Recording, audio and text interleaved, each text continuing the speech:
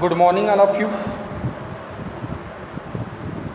मैं अवनीश कुमार सिंह आज फिर से एक बार आप लोगों के सामने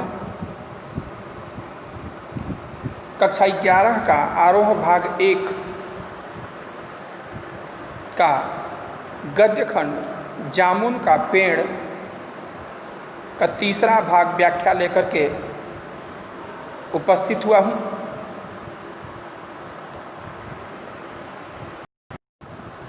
पहले 2 भाग में आप लोगों ने पढ़ा कि किस प्रकार से सरकारी व्यवस्था काम करता है। एक आदमी जो जामुन के पेड़ के नीचे दबा हुआ है उसको निकालने के लिए सरकारी फाइलें या सरकारी महकमा किस तरह से चल रहा है। एक टेबल से दूसरे टेबल तक फाइल चलती रहती है और आदमी दबा हुआ बेचारा 2 दिन बीत गया उसी में। पहले ऑफिस के जब मालिक को जब पता चला कि नहीं उसमें आदमी दबा हुआ है, वह दौड़ के गया, कलर को बताया, हेड कलर सुपरिंटेंडेंट को, superintendent deputy secretary, joint secretary, chief secretary और चीफ सेक्रेटरी मिनिस्टर को, मिनिस्टर से फिर बात वापस आती है और कहा जाता है कि चूँकि हम लोग काम यहाँ पर बिजनेस व्यापार से संबंधित करते हैं और यह एक वृक्ष का मामला है, फलदार वृक्ष का, तो इसे कृषि विभाग को भेज देना उचित है। वहाँ से जैसे ही कोई बात आदेश आएगा हम लोग तुरंत इसको निकलवा देंगे। कृषि विभाग में जाता है, कृषि विभाग वाले भी टाल मटोल करते रहते हैं, कहते हैं कि भाई ये तो आपके लान में गिरा है, आप निकालिए, हमसे उससे कोई लेना देना नहीं है। इधर से भी फिर जवाब गया तो अंत में उन्होंने कहा कि चलिए चूँकि ये एक वृक्ष का और भी फलदार वृक्ष का मामला है तो ये हमारा विभाग नहीं, हॉर्टिकल्चर विभाग का मामला है, उद्यान विभाग का मामला है, हम फाइल अर्जेंट लिख करके उनके पास भेज देते हैं। हॉर्टिकल्चर विभाग में गया, वहाँ से जो जवाब आया वह और भी विस्मित कर देने वाला था कि आज के समाज में जब हम वृक्ष लगाओ अभियान चला रहे हैं उस समय में आप लोग पेड़ काटने की बात कर रहे हैं। वह भी एक जामुन का पेड़ जो कि फलदार वृक्ष है। मैं इस पेड़ को काटने की इजाज़त नहीं दूंगा। तो जब उसने इजाज़त नहीं दिया तो लोगों ने कहा कि क्यों न इस आदमी को ही बीच से काट करके निकाल दिया जाए। बहुत से लोगों ने विरोध किया, नहीं भाई आदमी कैसे काटोगे, मर जाएगा ये। वो भी बोला जो दबा हुआ आदमी था, भाई इससे तो मैं मर जाऊंगा। तो एक आदमी ने कहा कि नहीं भाई आजकल हमारी मेडिकल साइंस बड़ी तरक्की कर ली है, प्लास्टिक सर्जरी बड़ा जोरों पर चल रहा है, तो क्यों ना। तो उसके लिए फिर मेडिकल डिपार्टमेंट बुला गया, जो उनके यहाँ स्पेशलिस्ट सर्जन था वो बुलाया गया। सर्जन आया, उसने देखा तो कहा कि कोई बात नहीं, काट के निकाल दिया जा सकता है, इनका प्लास्टिक सर्जरी भी हो जाएगा, लेकिन ये बचेंगे या नहीं बचेंगे इसकी जिम्मेदारी नहीं है।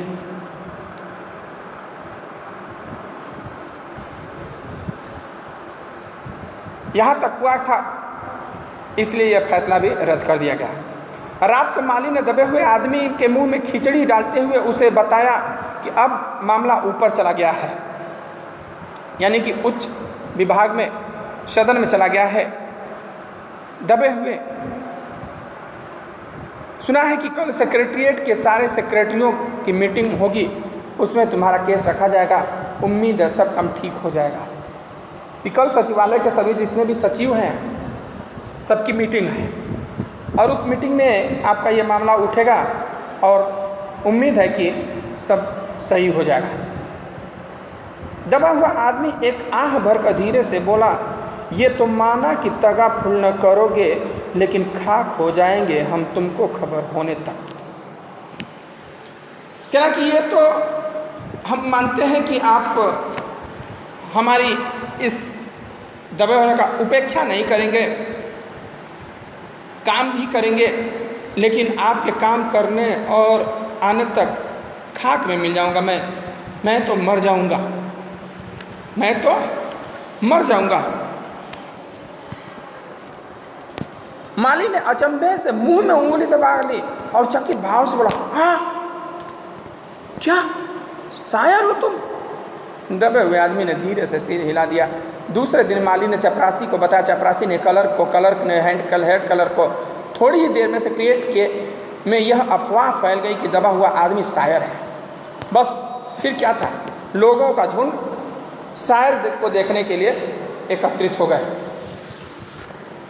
मतलब थोड़ी ही देर में वहाँ पर वो जाकर चपरासी को बताया। चपरासी ने क्लर्क ने हेड कलर को, और इस तरह से बात फैल गई कि दबा हुआ आदमी क्या है, एक शायर है। शायर को देखने के लिए वहाँ पूरी भीड़ इकट्ठा हो गई।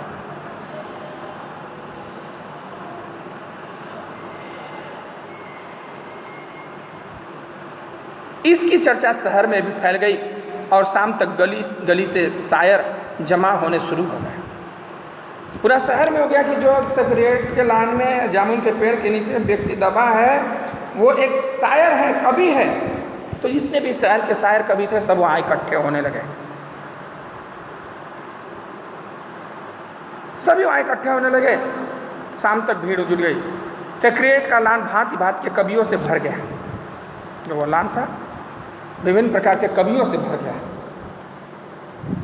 और दबे हुए आदमी के चारों ओर कवि सम्मेलन का सा वातावरण उत्पन्न हो गया। यानी वहाँ जो आ रहा है वो शेर छोड़ रहा है, कविता सुना रहा है कि हम कवि। सेक्रेटरी के कई क्लर्क और अंडर सेक्रेटरी तक जिन्हें साहित्य और कविता से लगाव था रुक गए। बहुत से क्लर्क वहाँ पे जो कि साहित्य से लगा था, कविता में रुचि रखते थे, वो भी रुक गए कि भाई देखा जाए एक कवि आदमी है क्या कर होता है इसका। कुछ शायर दबे हुए आदमी को अपनी कविताएं और दोहे सुनाने लगे। मतलब कि वो बेचारा दबा है और कुछ लोग उसको अपनी कविताएं सुना रहे हैं। जो कवि लोग होते हैं आप उनकी कविताएं बस सुनते रहिए, वो बड़े खुश होंगे, बड़े खुश होंगे उनकी अब कविताएं अगर सुनते रहे तो, और नहीं सुने तो नाराज हो जाएंगे। इसी प्रकार से कवि महोदय थे, वो रोज़ कविताएं लिखते थे, कोई सुनने वाला नहीं मिलता था तो क्या करते थे, वो एक रिक्शा करते थे और रिक्शा पर बैठते थे। रिक्शे वाले को दिन भर सुनाते थे, जुटे कहीं घूमना नहीं होता था। रिक्शा वाला भी पैसा लेकर के अपना रिक्शे पर बैठ करके झुट्ठे हंडिल मारता रहता था, चाहे बैठ के सोता रहता था। अब ये सुनाते रहते तो वो भी बस सर हिलाता रहता। सर हिलाने को उसको दिन भर की मजदूरी मिल जाती थी बिना रिक्शा खींचे हुए। तो ये सब भी अब कोई नहीं मिला तो उसी को सुनाने लगे। जब यह पता चला कि दबा हुआ आदमी एक कवि है तो सेक्रेटेरिएट के सब कमेटी ने फैसला किया कि चूँकि दबा हुआ आदमी एक कवि है इसलिए इस फाइल का संबंध न एग्रीकल्चर डिपार्टमेंट से है न हॉर्टिकल्चर डिपार्टमेंट से है, बल्कि इसका संबंध कल्चरल डिपार्टमेंट से है, संस्कृति डिपार्टमेंट से है। वहाँ मीटिंग बैठ गई थी कि अब इनको क्या है कि क्या किया जाए। भाई तब तक पता चला कि वो कवि है तो वहाँ फैसला भाई जब कवि है अब तो न इसका संबंध एग्रीकल्चर से रह गया न हॉर्टिकल्चर से रह गया, अब इसका संबंध तो कल्चरल डिपार्टमेंट से है। कल्चरल डिपार्टमेंट से अनुरोध किया गया कि जल्द से जल्द मामले का फैसला करके अभागे कवि को इस फलदार पेड़ से छुटकारा दिलाया जाए। मानो कि वो कभी नहीं मर रहा, बेचारा वृक्ष मर रहा हो, कि इस फलदार वृक्ष को छुटकारा दिलाया जाए। फाइल कल्चरल डिपार्टमेंट के अनेक विभागों से गुजरती हुई साहित्य अकादमी के सेक्रेटरी के पास पहुंची। बेचारा सेक्रेटरी उसी समय अपनी गाड़ी में सवार होकर सेक्रेटेरिएट पहुंचा और दबे हुए आदमी से इंटरव्यू लेने लगा। आ गया उसके मुंह में माइक घुसड़ करके, तो तुम कवि हो? उसने पूछा, दबा हुआ आदमी बोला, जी हाँ, किस उपनाम से शोभित हो? उसने बोला, ओस। अक्सर कवि लोग उपनाम रखते हैं, जैसे सूर्यकांत त्रिपाठी निराला जी, क्या लिखते हैं? सूर्यकांत त्रिपाठी निराला। तो उसी प्रकार से लगभग अधिकतर कवि उपनाम रखते हैं। तो कहते किस उपनाम से फेमस हो? तो कहा ओस। ओस। सेक्रेटरी आश्चर्यचकित होकर के जोर से चिल्लाया, क्या तुम वही ओस हो जिसका गद्य संग्रह ओस के फूल अभी हाल ही में प्रकाशित हुआ है? दबे हुए कवि ने हुंकार से सिर हिलाया, जी हाँ, मैं वही कवि हूँ। क्या तुम हमारी अकादमी के मेंबर हो? सेक्रेटरी से ने पूछा। उसने कहा नहीं। कहा कि क्या तुम हमारी इस अकादमी के साहित्य अकादमी के मेंबर हो? उसने कहा नहीं साहब। आश्चर्य है। सेक्रेटरी जोर से चीखा, इतना बड़ा कवि, ओस के फूल का लेखक, और हमारी अकादमी का मेंबर नहीं? उफ, कैसी भूल हो गई हमसे। कितना बड़ा कवि और कैसी अंधेरी गुमनामी में दबा पड़ा है। यह देखिए, यह एक व्यंग है कि यहाँ पर जो काबिल लोग हैं, जो विद्वान हैं, वो गुमनामी की ज़िंदगी जीते थे, अंधेरे में रहते हैं। और जो चापलूस है, फ्लैटरिंग करने वाले हैं, मूर्ख है, पैसा है, चापलूसी है, तो वो फ्रंट पे रहते हैं, एकदम नामचीन बन के रहते हैं। गुमनामी में नहीं, एक पेड़ के नीचे दबा हूँ, कृपया मुझे इस पेड़ के नीचे से निकालिए। वह आदमी बोला, जब उन्होंने बोला कि बताओ कैसा हमारा दुर्भाग्य कि इतना बड़ा लेखक और कवि हमारी अकादमी का मेंबर नहीं है, गुमनामी की अंधेरे जिंदगी जी रहा है। क्या तो गुमनामी में नहीं दबा हूँ, पहले इस पेड़ के नीचे से दबा हूँ, पहले यहाँ से निकालिए मुझे।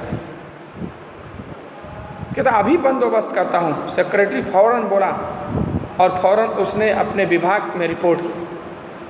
फिर दूसरे दिन सेक्रेटरी भागा भागा कवि के पास आया और बोला कि मुबारक हो, मिठाई खिलाओ, हमारी सरकारी साहित्य अकादमी ने तुम्हें अपनी केंद्रीय शाखा का मेंबर चुन लिया है, यह लो चुनाव पत्र। वो दौड़ा दौड़ा कहा कि आप हमारे अकादमी के मेंबर बन गए हैं और ये आपका मेंबरशिप है, मिठाई खिलाइए।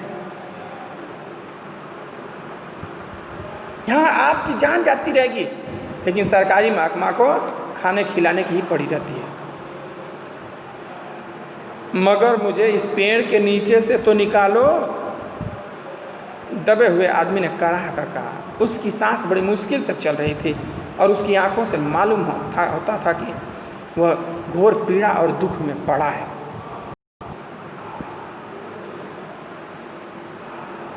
यह हम नहीं कर सकते, सेक्रेटरी ने कहा, और जो हम कर सकते थे वो हमने कर दिया, बल्कि हम तो यहाँ तक कर सकते हैं कि अगर तुम मर जाओ तो तुम्हारी बीवी को वजीफा दे सकते हैं, अगर तुम दरखास्त दो तो हम वह भी कर सकते हैं। क्या भाई, हम कल्चरल विभाग वाले, पेड़ से काटना निकालना हम लोग बस का थोड़ा है। अरे हमें जो करना था कि आपको मेंबर बनाना था, बना दिए। और अगर आप कहें तो आपके मरने के बाद आपका जो पैसा वजीफा स्कॉलरशिप मिलेगा वो आपकी बीवी को दे दिया जाएगा, लेकिन आप उसके लिए साइन करें, दरख्वास्त करें तब। कभी बोला कि भाई मैं अभी जीवित हूँ, वो रुक रुक करके बोला मुझे जिंदा रखो, मुझे जिंदा रखो, मैं अभी जीवित हूँ।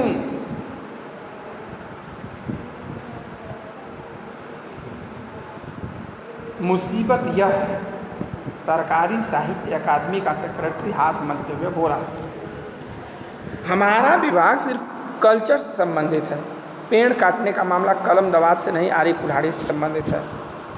उसके लिए हमने फॉरेस्ट डिपार्टमेंट को लिख दिया है और अर्जेंट लिखा है। क्या कि भाई मैं अभी जिंदा हूँ, मुझे यहाँ से निकालो, आगे की बात क्यों करते हो? कहते कि साहब हमारे हाथ में ये सब नहीं है, मुझे जितना करना था कर दिया भाई। कल्चरल डिपार्टमेंट का काम तो कापी कलम से होता है। और ये पेड़ काटना है, पेड़ आरी कुल्हाड़ी से कटेगा, और आरी कुल्हाड़ी का काम फॉरेस्ट डिपार्टमेंट को है। हम लोगों ने फॉरेस्ट डिपार्टमेंट को अर्जेंट लिख करके भेज दिया है, अर्जेंट लिख करके भेज दिया है, जल्दी कोई ना कोई उपाय हो जाएगा। शाम को माली ने आकर दबे हुए आदमी को बताया, कल फॉरेस्ट डिपार्टमेंट के आदमी आकर इस पेड़ को काट देंगे और तुम्हारी जान बच जाएगी। शाम को फिर माली आया बेचारा, वही एक हमदर्द, क्या कि फाइनल हो गया है, कल फॉरेस्ट डिपार्टमेंट के लोग आएंगे और यह पेड़ काट दिया जाएगा और आप इसमें से निकल जाएंगे, आपकी जान बच जाएगी। चलिए आज के लिए इस वीडियो में इतना ही। फिर बचा हुआ भाग अगले वीडियो में। यह वीडियो में अगर आपको कोई भी परेशानी हो, कोई भी समस्या हो, तो आप हमें फ़ोन करके या कमेंट करके पूछ सकते हैं। वीडियो कैसा लगा कमेंट ज़रूर करिए, लाइक तथा शेयर और सब्सक्राइब ज़रूर करिए। फिर मैं अगले वीडियो में मिलता हूँ। धन्यवाद।